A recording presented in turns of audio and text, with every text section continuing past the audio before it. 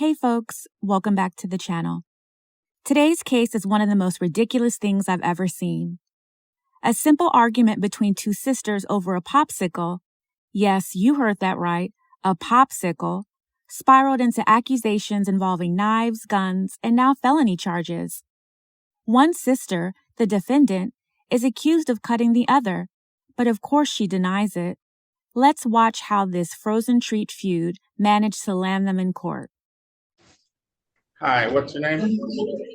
Good morning, Ashley McKinney. Thank you. This is case 24-059-937, State of Michigan versus Ashley Shania McKinney, counsel. Thank you, Magistrate Steve Vincent for the people.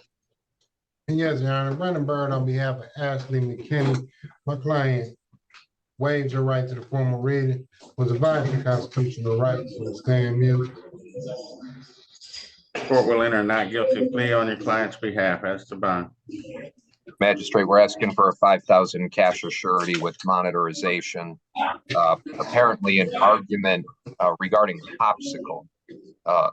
Popsicle for a kid escalated to the point where this defendant ended up leaving the area.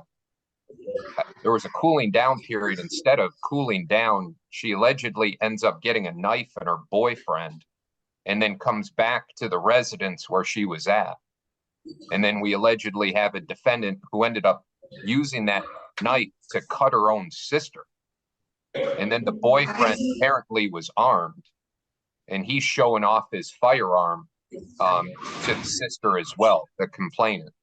So we find it to be assaultive, Judge. Instead of using the cooling down period for just that, apparently this defendant used it to escalate the situation. Please, Ms. McKinney. I'm hearing it. I'm like, oh, wait a minute, clear. Oh, sorry. Right, please exercise your right to remain. Where'd she go? I think the guard caught her. Your Honor. Did he see that Ms. McKinney? Oh, here we go. What's your last name? McKinney. Okay. We have the assault here, Judge. We have the injuries. In terms of priors, I'm showing a 2017 home invasion first degree that was deferred under HIDA. And then in the subsequent year, I have a larceny. The bigger idea is that the concerning thing is that this just happened like 3 days ago, and it's assaultive, and it's injuries, and the parties know each other. So respectfully, we're asking for that cash monitorization.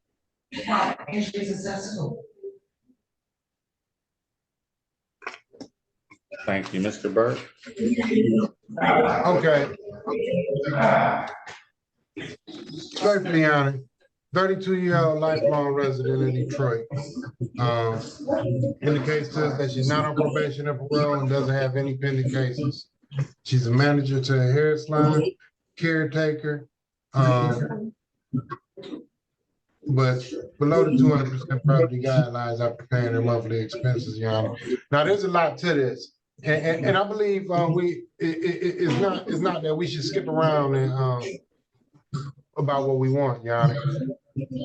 In this matter, there was a fight. I understand that this was supposedly over a popsicle. There was a fight that ensued earlier that day, which you explained to Buster Lip. It says they seen a scratch on the forearm, not a cut, not cutting the forearm open. So we have a fight earlier between two sisters. My client indicates to us that she left. She got a call from her other sister that the sister that she got in a fight with was throwing all her stuff outside. When she came up, all her stuff was outside. The reason why she came back after the cooling off period, well, I guess we would like to call it. She would have never came back anyway. She would have remained cooled off. But she came back because all her stuff was out front of the house, in which she went to go pick up the stuff with her boyfriend. she indicates to us there was never a knife involved. There's never a gun involved. There's never a knife and gun found. And unfortunately, their mother died about 4 months ago. And there's been a lot of tension because of that with inside the family, Your Honor. And respectfully, my client understands that she's gonna have to stay away from the complaining witness. I did talk to her about it. Her mother actually left my client that house, in which she was allowing the other sisters there to stay there for free, Your Honor. I don't want to guess how I got to a popsicle, but I think that if we talk about a popsicle stick, I think that might have been the stick that broke the camel's back when it came to both of them colliding and getting into an argument and an altercation, in which my client doesn't deny the altercation that happened earlier, but she definitely denies the knife and the gun.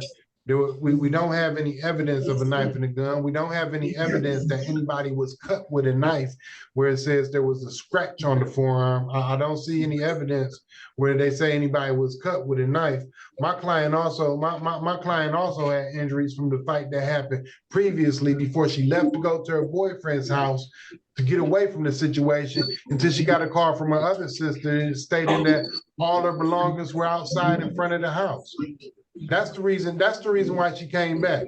So she could protect her belongings, her belongings from getting damaged and stolen, Your Honor, from being thrown out irrationally. So respectfully, my client understands she's gonna have to stay away from the complaining witness. She will stay with her boyfriend during the period of this matter. There was never any knife and gun found, Your Honor. That was just statements. That was just statements made by the complaining witness in order to get my client in jail. And unfortunately, they all are suffering the loss from their mother. I'm not saying it should escalate in different ways, and I don't believe that it escalated anymore. So respectfully, we're going to ask this court for a personal bond in this matter, Your Honor. Thank you. Ma'am, while this case is pending, you are not to possess a gun, a knife, or any other dangerous weapon. You have no contact with Miss Robinson whatsoever. You're not to go to the Beaverland address at any time. Is all of that clear to you? Yes. Court will set bond at $20,000 personal. Next court date is October 23, probable cause conference, October 29, preliminary exam, both in front of Judge Giles here in 36th District Court. Thank you. You can step aside. Thank you. I love a good popsicle, but who knew it could lead to all of this? It's hard to believe a simple treat could spark knives, guns, and felony charges. Honestly, I think there's way more going on here. Definitely more than a little sibling rivalry. They were going for the jugular. But what's your take? Was this a deeper family feud waiting to explode? Let me know your thoughts in the comments. And don't forget to like, subscribe, and hit that notification bell for more gripping courtroom moments. Thank you for watching. See you in the next one.